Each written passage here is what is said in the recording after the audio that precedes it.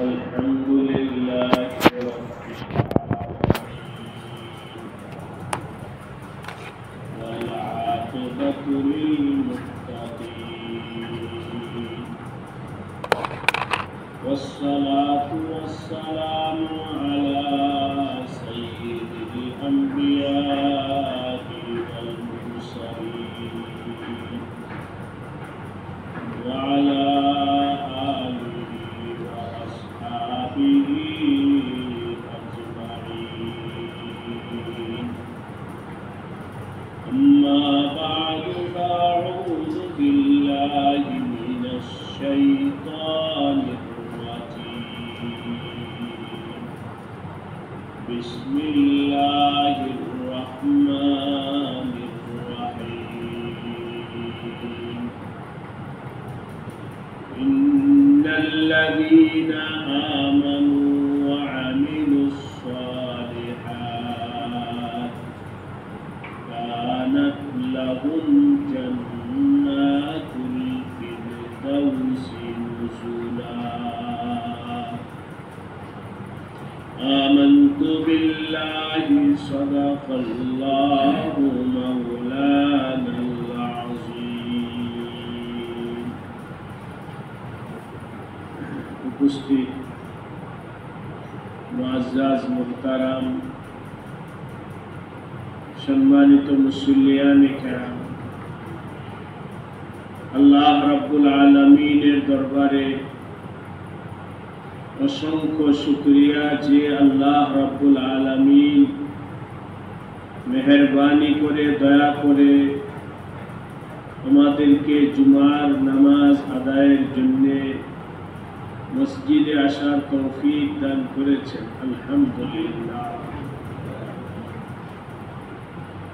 আল্লাহ রাব্বুল আলামিন বলেন,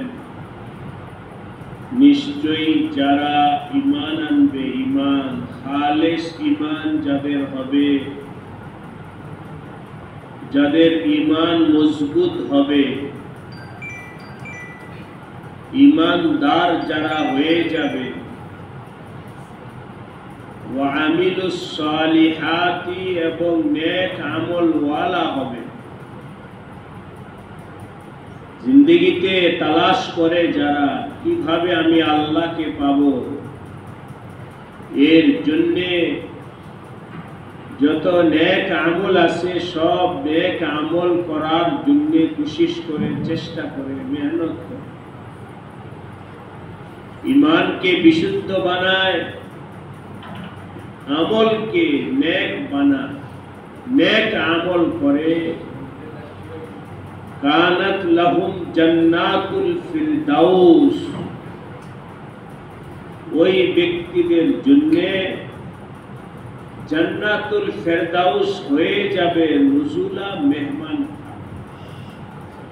আল্লাহ পাক ওই ব্যক্তিদের জন্য জান্নাতুল ফিরদাউসকে মেহমান খানা হিসেবে বানায়া দিবে। সুতরাং আমাদের সবার ফিকির করা উচিত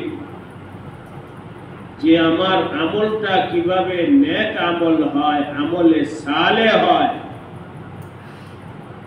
নিজের আমলকে সালেহ বানানোর জন্য চেষ্টা করা, মেহনত করা, ফিকির করা যে আমার আমলটা কিভাবে সালেহ হয়ে যায়। এই সম্পর্কে আলোচনা গত জুমায়ও হয়েছে। কোন আমল সালেহ হওয়ার জন্য আমল করার শুরুতে নিয়তকে সহি বানাইতে হবে, আর আমলের শেষে ইস্তিগফার করতে হবে।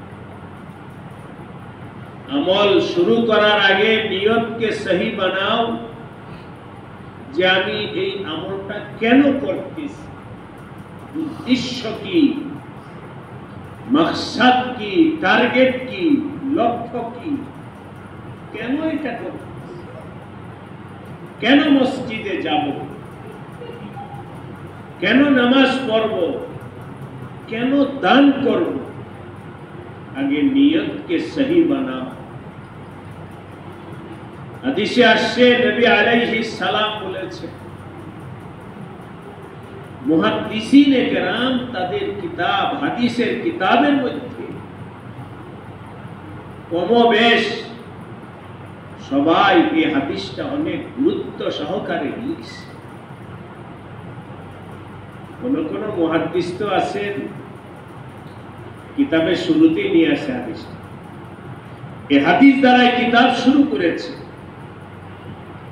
ইমাম আবু দাউদ রাহমাতুল্লাহ আলাইহি, যিনি হাদিসের কিতাব আবু দাউদ শরীফ লিখছেন, ইমাম আবু দাউদ বলেন, আমার কাছে বিশাল হাদিসের লাখো হাদিসের ভান্ডার আমার কাছে আছে। এই সব হাদিস মর্ম, অর্থ, ব্যাখ্যা সব কিছু ফিকির করে আমি 4টা হাদিস নির্বাচন করেছি। 4টা, যে 4টা হাদিসকে বলা যায় ইসলামের, ইসলাম ধর্মের খুঁটি বলা যায়, বুনিয়াদ বলা যায়, এমন 4টা হাদিস ইমাম আবু দাউদ রাহমাতুল্লাহ আলাইহি নির্বাচন করেছেন।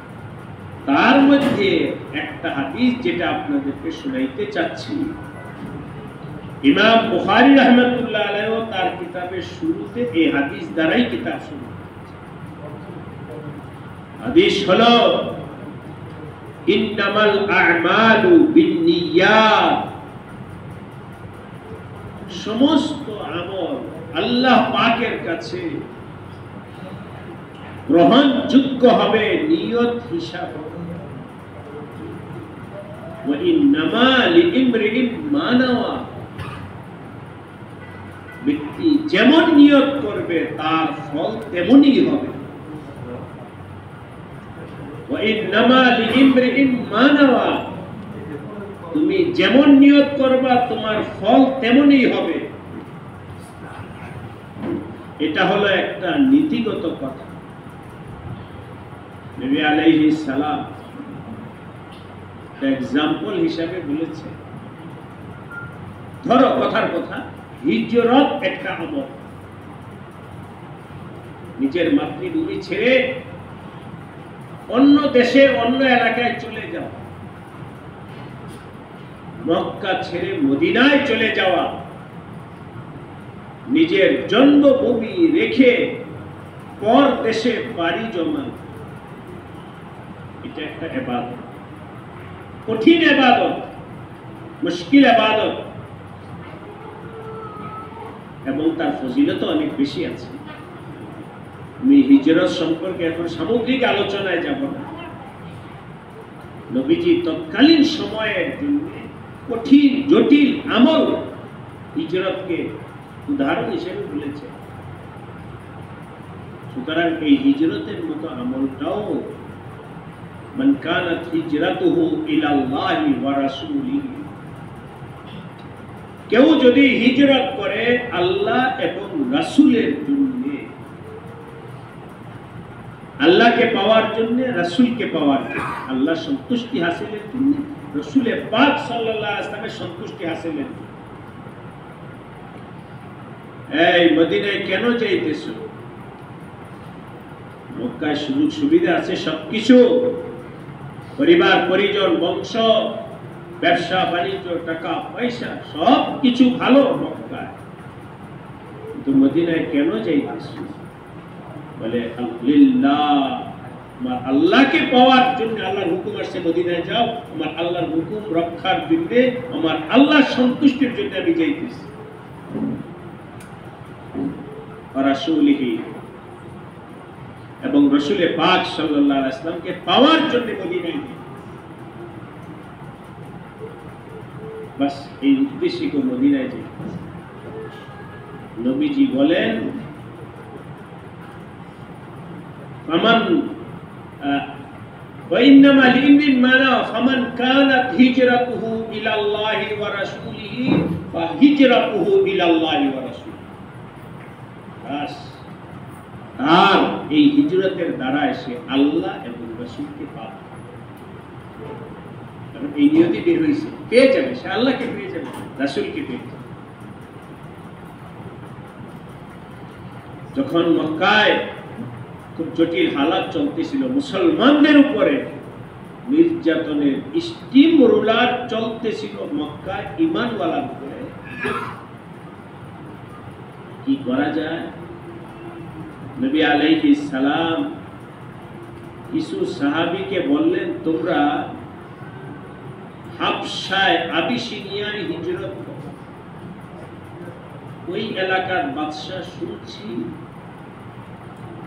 সহনশীল এবং জালেম নয়, তোমরা ওইখানে গেলে নিরাপত্তার সাথে ঈমান আমল নিয়ে থাকতে পারবা, যাও সেখানে হিজরত করে চলে যাও।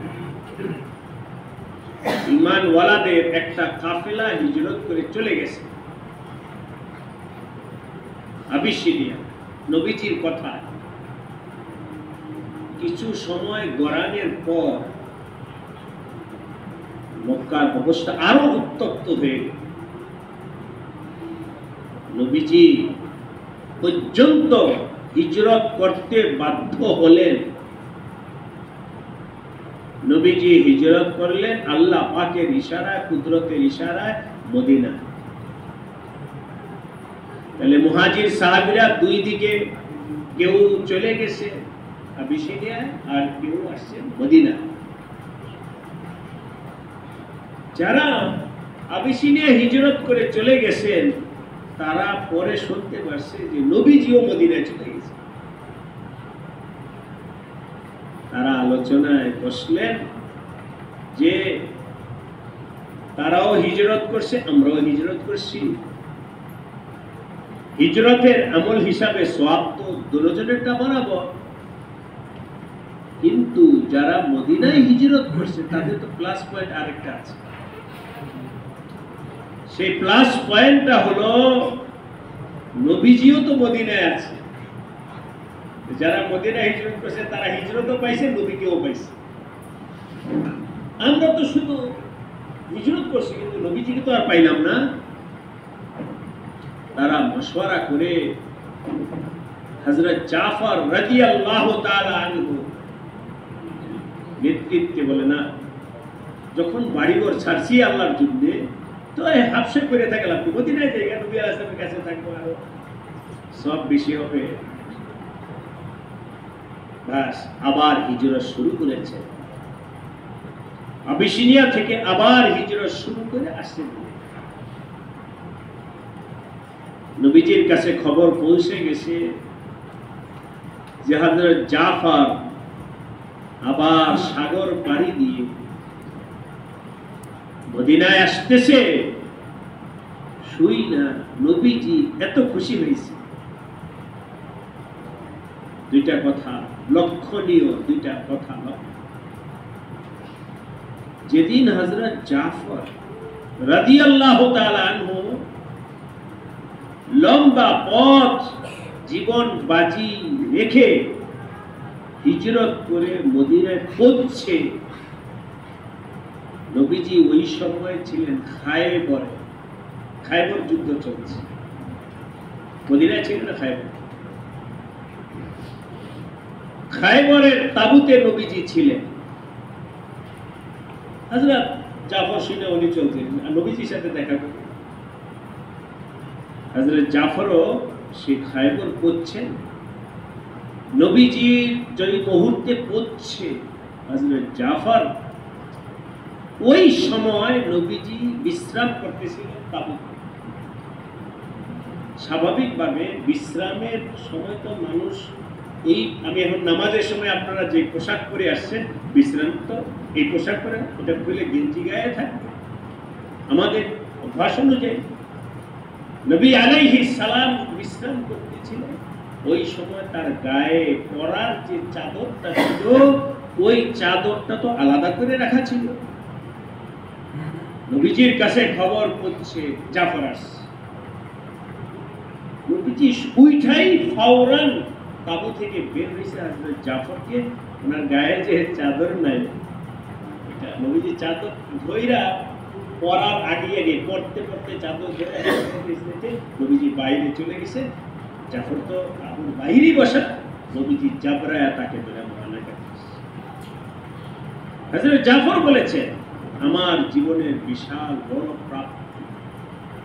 কোন সাহাবী তোমরা কি বলতে পারবা যে তোমাদের সাথে নবীজি খালি গায়ে মুআনাকা করছেন? কেউ বলতে পারবে না যে নবীজি খালি গায়ে কারোর সাথে মুআনাকা করেছেন। আমার সাথে নবী আলাইহিস সালাম খালি গায়ে মুআনাকা। এক, দ্বিতীয় হলো নবী আলাইহিস সালাম বললেন যে আজকে আমার সামনে দুইটা খুশির ব্যাপার আছে। নবীজি বলতেছে, আমি বলতে পারবো না দুইটার মধ্যে কোনটা এক নম্বর কোনটা দুই নম্বর।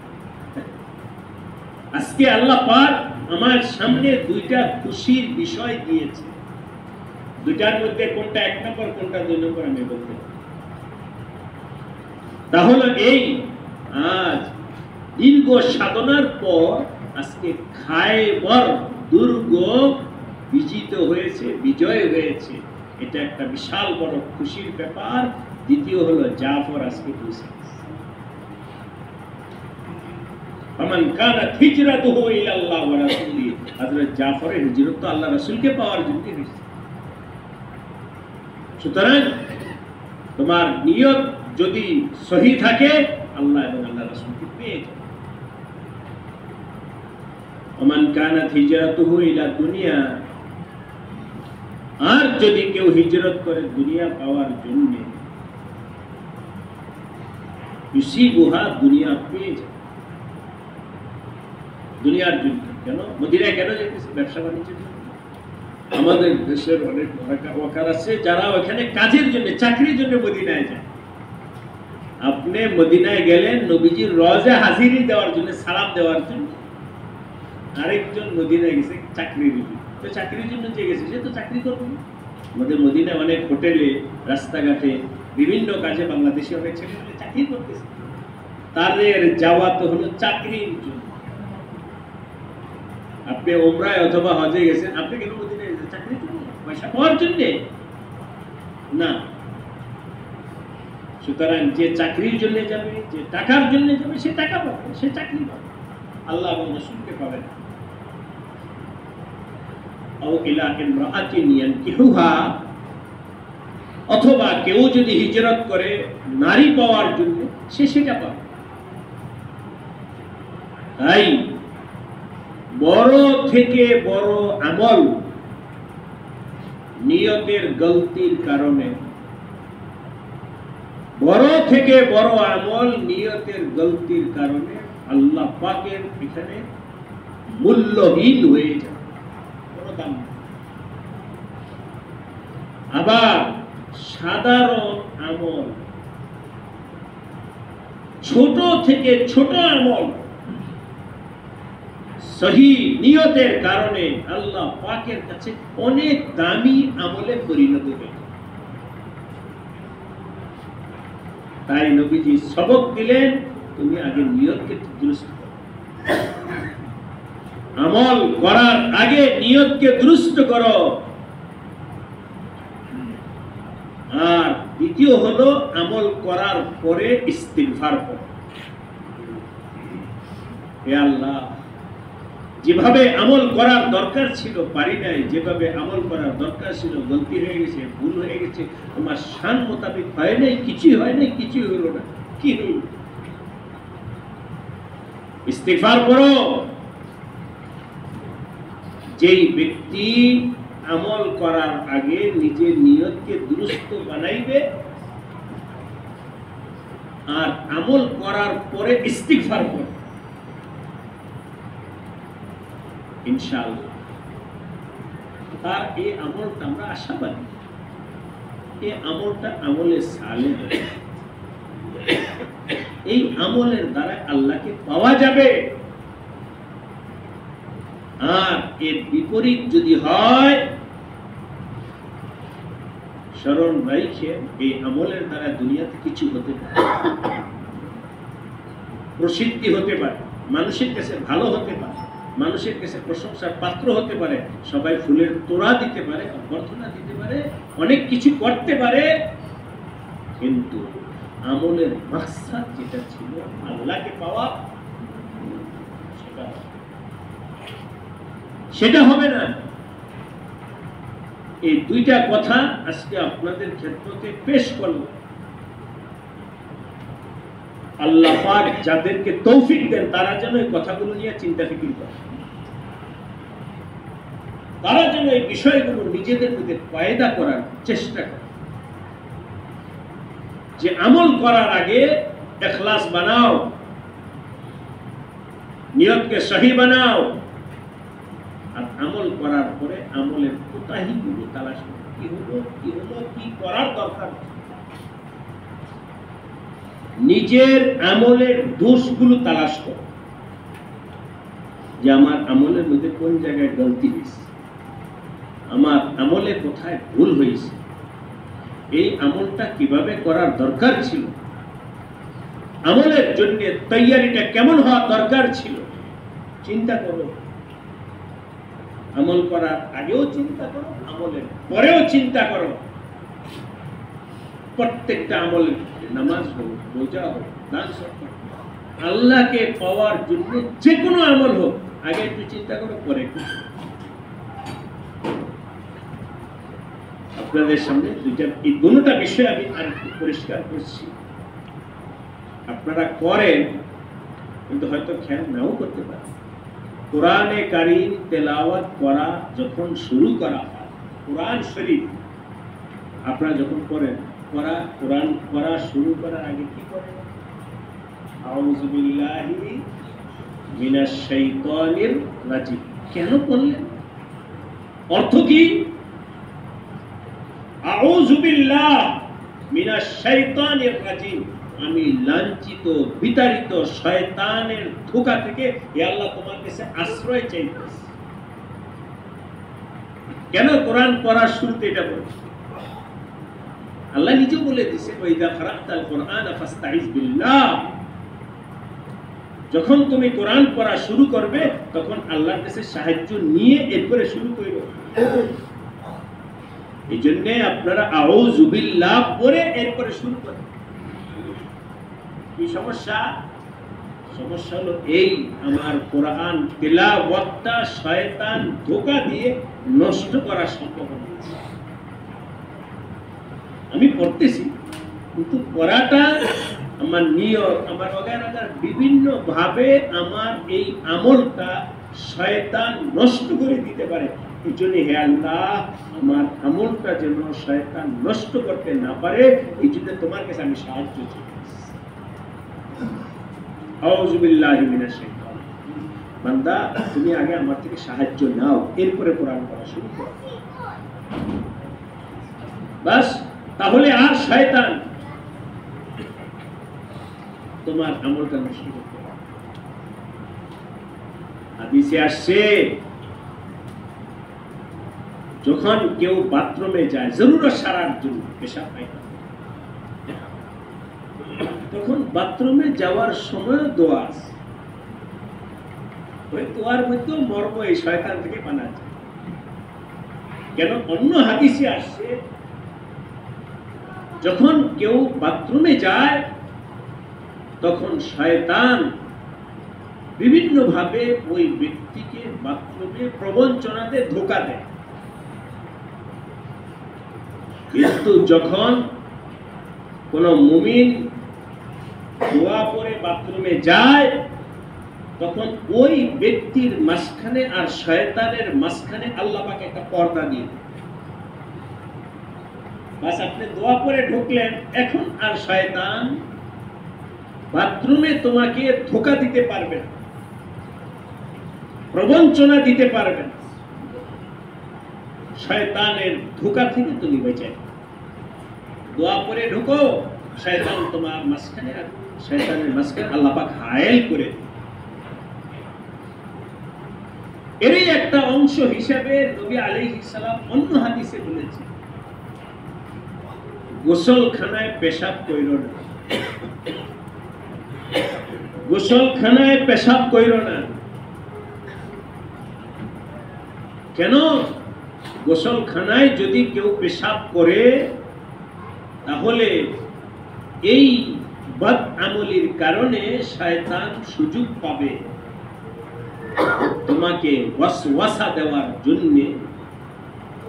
যদি কারো অভ্যাস হয়ে যায় গোসলখানায় পেশাব করা, তো ওই লোকটা একদিন দুই দিন এক পর্যায়ে সে ওয়াসওয়াসা রোগী হয়ে যায়। কেবল অনিশ্চয়তা, কেবল পেরেশানি, কেবল মনের মধ্যে সন্দেহ। সন্দেহ এটা একটা রোগ।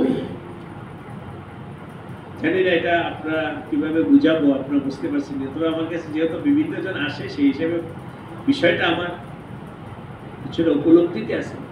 অজু করে, অজুর মধ্যে অঙ্গগুলো কয়বার ধুইতে হয়? সুন্নাত। একবার আমি হাতের মধ্যে পানি দেওয়া হাত দিলাম, দুইবার দিলাম, তিনবার দিলাম। স্বাভাবিকভাবে বলেন তো দেখি, তিনবার একটা অঙ্গ ধোয়ার পর, পানি দেওয়ার পরে ওই অঙ্গটা কি আর স্বাভাবিকভাবে শুকনা থাকার কোন সম্ভাবনা? কিন্তু ওই ওয়াসওয়াসার রোগী যে সেই কিন্তু তিনবার ধুইলাম, পুরোপুরি ধোয়া হয়েছে, মনে হয় একটু শুকনা হয়ে গেছে, আরেকবার সে তাও সন্দেহ হয়ে গেল, আরেকবার, পাঁচবার হলো, আরেকবার। তো এই জন্য একটা অজু করতে তার প্রায় আধা ঘন্টা সময় লাগে, কেবল ধুইতে আছে। আপনি বলেন ভাই এমন করতেছে কেন? মনে হয়েছে শুকনা হয়ে গেছে। কেন সে এমন করতেছে? আসলে সে রোগী হয়ে গেছে, ওয়াসওয়াসা। মানে প্রত্যেকটা কাজ করার সময় তার মনের মধ্যে সন্দেহ। অফিস থেকে বের হলাম, তালাটা লাগাই আসছি, আবার যেতে, আবার গিয়ে তালাটা মুসল, হ্যাঁ লাগাইছি, মুসল দিলাম, আসলে আবার তো খেয়াল করলাম না লাগছি কিনা, আবার যে কোনো কাজ করবে ওই কাজের মধ্যে তার এই সন্দেহটা কোথায় থেকে পয়দা হয়েছে? নবীজি বলেন ওই গোসলখানায় পেশাবের একটা রোগ। যখন কোনো ব্যক্তির ভিতরে রোগ চলে আসে, তখন জীবনটাই এক পর্যায়ে অচল হয়ে যায়, সব কাজে নবীজি বলেন গোসলখানায় পেশাব করো না। গোসলখানায় পেশাব করলে শয়তান তোমার পর্যন্ত পৌঁছার রাস্তা পেয়ে যাবে। কাজের শুরুতে, তেলাওয়াতের শুরুতে আউযুবিল্লাহ করে শয়তান থেকে বিতাড়িত করে বসে, আমলের শেষে ইস্তেগফার। নবী আলাইহিস সালাম নামাজের পর যখন সালাম ফিরাইতেন, সাথে সাথে আস্তাগফির। আল্লাহ পাক আমাদের সবাইকে দুইটা আমল করার তৌফিক। আমলের শুরুতে ইখলাস, শেষে কি? নিজের আমলের দোষ তালাশ করা। কোন জায়গায় বলেছে আলিয়াজুবিল্লাহ। আমরা এই সবকটা আমি আরো দুই একবার হয়তো সুযোগ হলে বলবো। কেন আমাদের অভ্যাস হয়ে গেছে উল্টা, আমল করার পরে আমরা ফখর করি, বাহাদুর করি,